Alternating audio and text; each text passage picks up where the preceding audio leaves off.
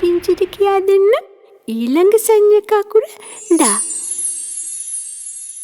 ඉතින් සුරංගනාවියේ දයන්නනේ. දයන්න වගේ තමයි. ඒත් මේ වගේ සංඥක එක තිබුණොත් දයන්න නෙමේ. දා. සංඥක දා. අර හඳ ලියන්නේ, ඇඳ ලියන්නේ, ලිඳ ලියන්නේ, කුල කැඳ ලියන්නේ සංඥක දයන්නේ. මෙන්න මෙහෙම තමයි ලියන්නේ.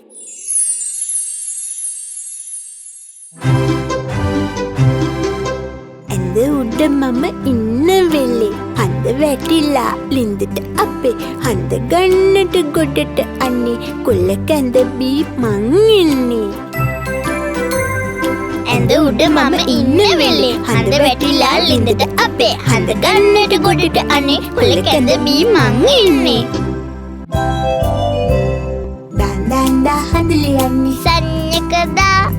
දා ඇඳ ලියන්නේ සංඥක දා. දා ලිඳ ලියන්නේ සංඥක දා. දා කුල කැඳ ලියන්නේ සංඥක දා.